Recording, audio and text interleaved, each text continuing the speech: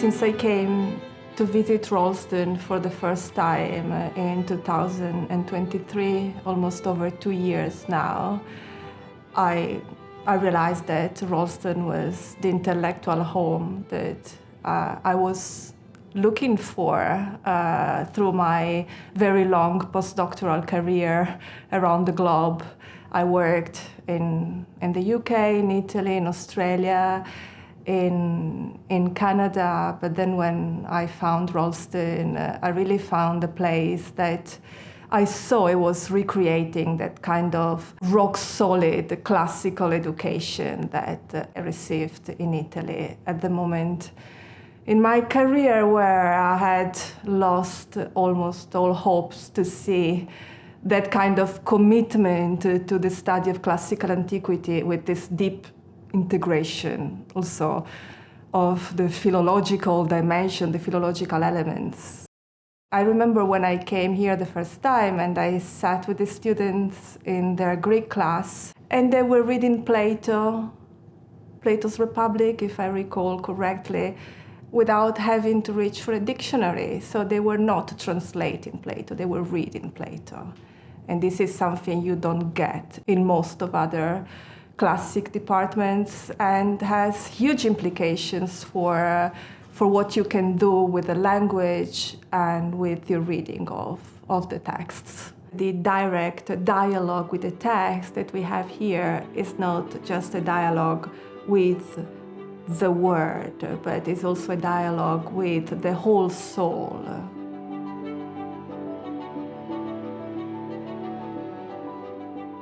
This project is a project that I've been working on for a few years now and is living the tradition of Platonism. So not only reading Plato, Plotinus, studying, translating, but actually living as a Platonist, inhabiting the world as a Platonist.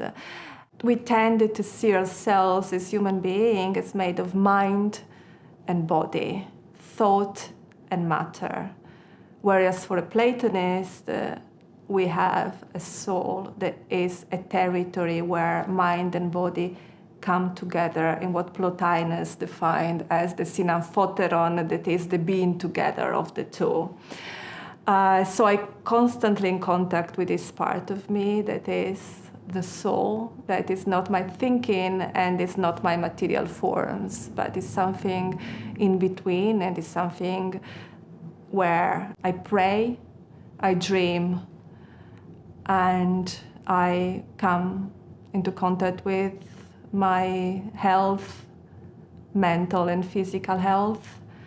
And with this soul, I also inhabit a world that has a soul.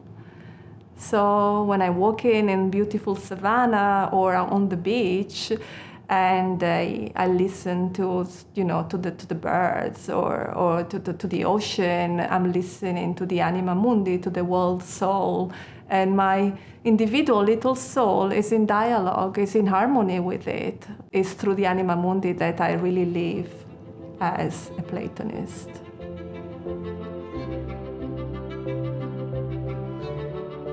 So when a colleague of mine decided to organize this conference this coming June in Delphi about flexing our Platonism in a non-academic setting, there will be different presentations. For example, I'm writing a poem that is a prayer to the Anima Mundi, to the world soul, and a student of Ralston is putting the poem into music, so we will perform together.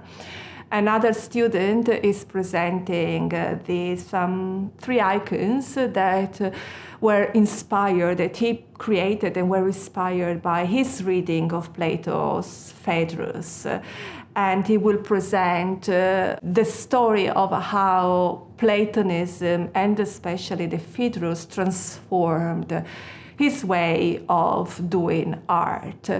So really this year, teaching Plato and Plotinus at Ralston has brought together my way of being a scholar of Platonism as a living Platonist and the way I taught Platonism. And I found this kind of shared experience with the students of this tradition, not simply as something to study, as I said, or translate, but something you live, and as a deeply transformative power.